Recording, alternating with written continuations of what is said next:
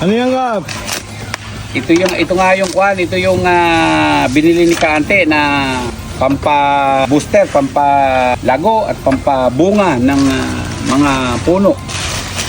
Kung halaman naman, pampabulaklak at saka pampalago.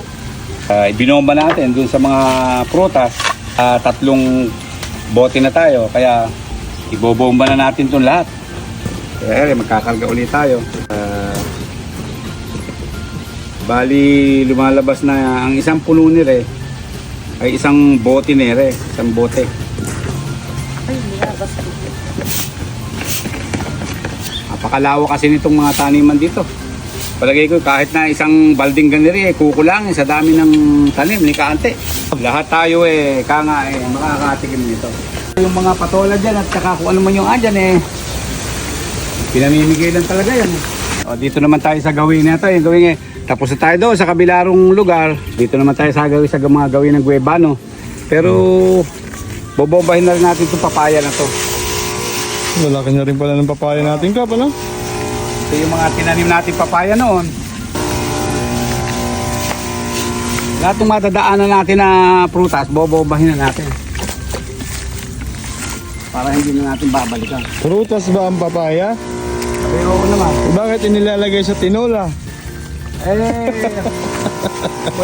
Pagkahilaw pa, gulay. Pagkahinog, prutas. Kaya konting kaalaman lang yan. Ito, ayan. Yan yung mga hilera ng Guebano. Dami. Yan. Kaya naman ako yung nangahas na humawak din rin pambomba. Kasi tunay na magsasaka tayo. Diyan tayo, pinalaki tayo ng mga magulang natin sa bukid.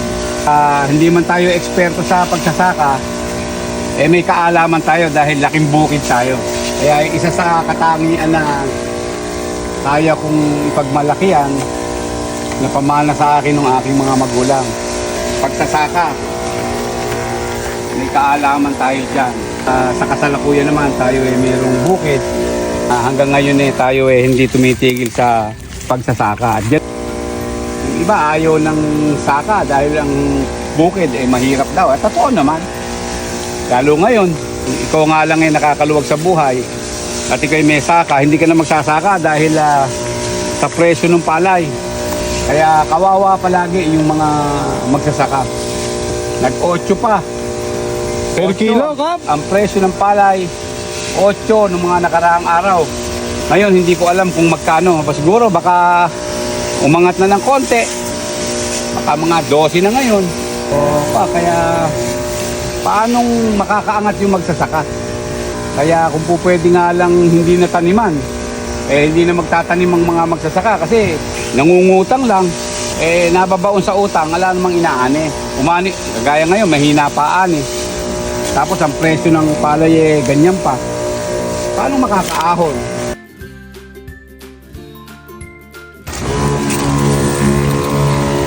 Kalamansi, ang dami rin pala kalamansi, Kap. Oo.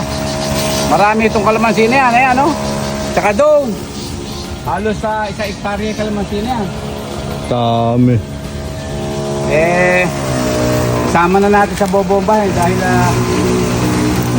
pati sa kalamansi, pwede itong pampabunga, pampalaki ng bunga. Kaya pati kalamansi, sabi ni Kaante, bombahin natin. Damay na natin. At nang noon hindi na tayo bibili ng kalamansi. Gano'ng katagal ang epekto yung kailan i-epekto yan. Kaya maraming bunga yun. Oo, Kap, ang daming bunga.